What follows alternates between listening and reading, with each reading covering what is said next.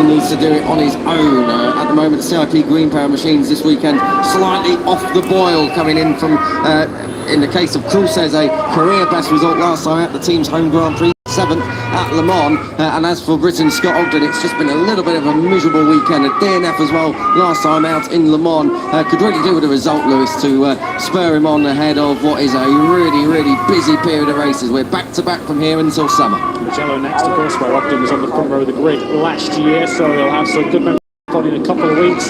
No great recent memories to draw upon though from that French Grand Prix.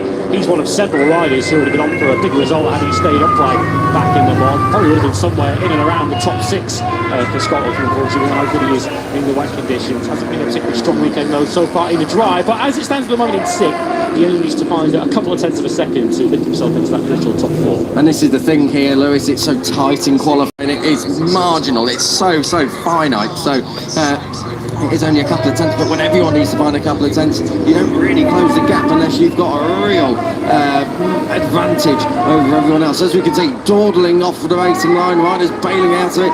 Just gives David Munoz a clear bit of track as he works his way through the 4th sector. That's why it's so keen to try and find that particular rear wheel to jump up on, because a slipstream down that main straight can be worth as much as half a second if you time it right. We often in this race don't we see riders go from 4th, 5th, 6th over the finish line and lead by the first corner. It is such a cheat code really if you can find it in these Moto 3 qualifying sessions or indeed in the race. Munoz hasn't had that benefit but doesn't appear to need it right now. Yeah, up into P2, improves his time once again, a 47.515. Looking at what that was yesterday, 47.907 for David Munoz, so he's a little bit quicker than what he was doing in practice yesterday afternoon. In a 47.5 this morning, so he's pretty much matched, a couple minutes quicker than he went earlier on today.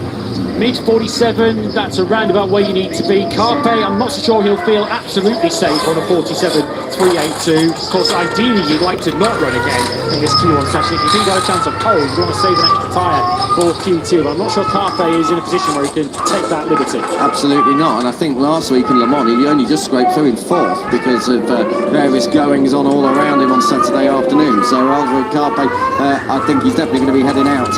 The other thing that we've got to mention, Lewis, is when everyone is pushing for that lap time, yellow flags can be a problem. Even if someone just runs through the gravel and drops it right towards the fence, even if you have a small get-off, the yellow flags will come out, and regardless of it, doesn't matter.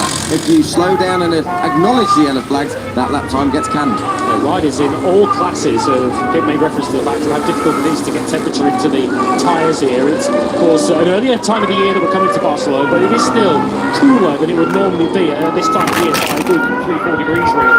We see riders in all classes crashing in turn 2 and in turn 5 because they haven't built up that temperature in their front tyre. So that's something the riders have to be careful of. On this outlap, they don't too much, of course. That is a risk they take, but by the time they arrive at the first lap after turn 2, there's no temperature left to And the other thing as well, Lewis, is that the actual nature, the layout of this track is a lot of long right angles at the end of the